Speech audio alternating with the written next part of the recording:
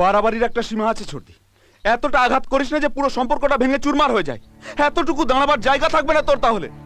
তোকে আমার জন্য ভাবতে হবে না। এত কি ভাববি তুই? এতবার করে ক্ষমা চেয়েছে, এরপর কি তোর পায়ে পড়তে হবে? একবার যদি বিদেশে কি কাউকে বিয়ে করে নেয়, সারা জীবন তো বাবার বাড়ি পড়ে থাকতে হবে। স্বামীর অনেক দোষগুণ মেয়েদের মানিয়ে নিতে হয়, বুঝলি? জানিস এমন অনেক ছেলে আছে যারা বউকে পেটায়, বউকে বাবার বাড়িতে দিয়ে যায়। সেখানে জামাইবাবু বারবার হাত জোড় করে তোর কাছে ক্ষমা চাইছে। আর কি চাই? কোনো অনুষ্ঠান, কোনো বিয়ে বাড়ি, কোথাও যাওয়া মুশকিল হয়ে গেছে আমাদের। সবাই এক প্রশ্ন জিজ্ঞেস করে, হ্যাঁ রে, তোর দিদিকে তোর জামাইবাবু ছেড়ে দিয়েছে? হচ্ছে আমার মাথা কাটা যায়।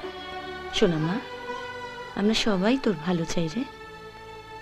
দেখ, মেয়েরা তখনই বাপের বাড়িতে থাকে যখন সে আইবুড়ো বা বিধবা হয়। সধবা মেয়ে বাপের বাড়িতে গলার কাঁটা হয়ে থাকে সোনা মা। এতই যদি তোর ওকে অপছন্দ, তাহলে বিয়ে করেছিলি কেন? প্রথমে না বলে দিতে পারতিস। নাই বলেছিলাম, যাতে তোকে আর ছুটকিকে সারা জীবন বাপের বাড়িতে না থাকতে হয়, তাই রাজি হয়েছি। তোদের সুখের জন্য আমি নিজেকে বলে দিয়েছি।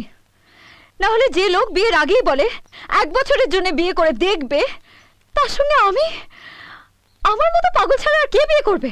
হ্যাঁ? আর তুই খুব লায়ক হয়ে গেছিস না? একটা দারোয়ানের চাকরিও জোগাড় করতে পারিসনি, আর বড় বড় কথা বলছিস। আর দিদি, তুই আমাকে মানিয়ে নেওয়ার কথা বলছিস? যাকে রুগ্ন বউ বলে তার শ্বশুর বাড়ির লোকেরা এখানে ফেলে দিয়ে গেছিল, 3 বছর তুই এখানে পড়েছিলি, তখন তো তুই মানিয়ে নেওয়ার কথা বলিসনি।